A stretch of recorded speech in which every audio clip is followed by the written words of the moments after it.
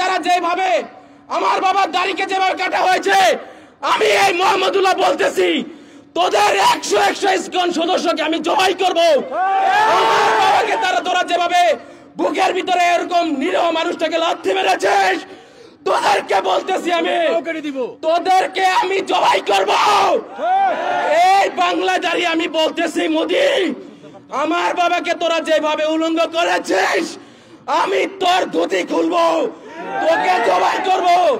আমি মোহাম্মদুল্লাহ বলতেছি, আমার বাবাকে তোরা যেভাবে ভারত পাচার করার তারা করেছিস, তোদেরকে ভারতের ওই শিকড় থেকে পায়ে বেরি বেঁধে গাজওয়াতুল হিন্দের সৈনিক হিসেবে যে তোদেরকে নিয়ে আসবো ইনশাআল্লাহ। এই বাংলায় তোদেরকে জবাই করা হবে, এই বাংলায় তোদেরকে জবাই করা হবে ইনশাআল্লাহ তাআলা। আমার বাবাকে ওরা গত 21 তারিখে আমার বাবা সকালে আজগার আদায় করার পর 7টার দিকে হাঁটতে বের হয়েছিল। ওরা মাজুখান বাজার, গাজীপুরে মাজুখান সবাই ছিলেন, ওই মাজুখানে ওই জায়গায় 7টার দিকে কোনো দোকান খোলা থাকে না। ওরা 5 মিনিটের ভিতরে একটা অ্যাম্বুলেন্স ভাড়া করে আমার বাবাকে সরাসরি চাপ মেরে গাড়ি থেকে নেমে বাবার মুখে রুমাল ধরা হয়। তারপরে বাবা যেন রুমাল থেকে মুখ সরাতে না পারে, সেজন্য বাবার পিছে বাবার ব্রেন টিউমারের সিরিয়াস অপারেশন হয়েছে।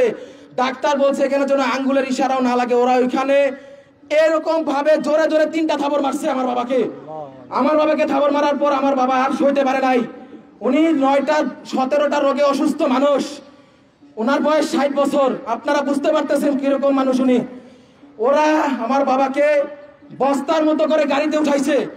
তারপরে ওরা আমার বাবা যেহেতু অচেতনের রুমাল চাপাতে হয়েছে, আমার বাবাকে ওরা লাত্তি ঘুষি উষ্ঠা ঝাঁস সব দেওয়া শুরু করছে ওই অ্যাম্বুলেন্সের ভিতরে।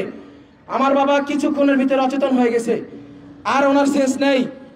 গত 1.5 ঘন্টা পর যখন আমার বাবার সেন্স আসে, তখন আমার বাবা দেখেন ওনার চোখে কালো পট্টি বাঁধা, উনি এক চোখ শুধু এভাবে সরাইছিলেন।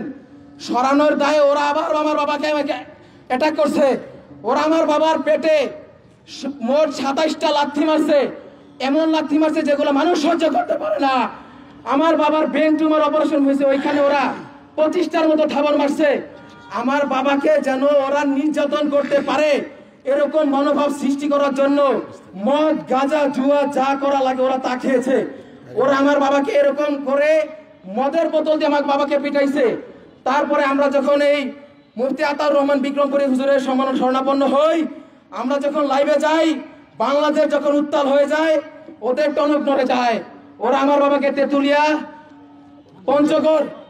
পঞ্চগড় হেলিপ্যাড নামক একটা জায়গায় উলঙ্গ অবস্থায় আমার বাবাকে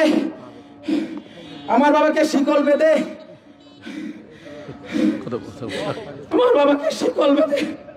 একজন মুসলিম আলেম আমার বাবাকে শিকল বেঁধে ওরা বলাৎকার করে।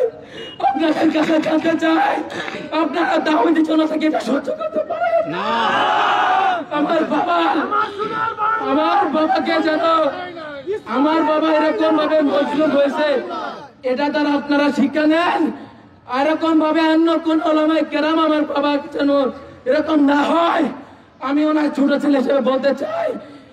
এই সরকারের কাছে এই দাবি নিয়ে করতেছি, অবিলম্বে ইসকনকে এই বাংলাদেশ থেকে হটা।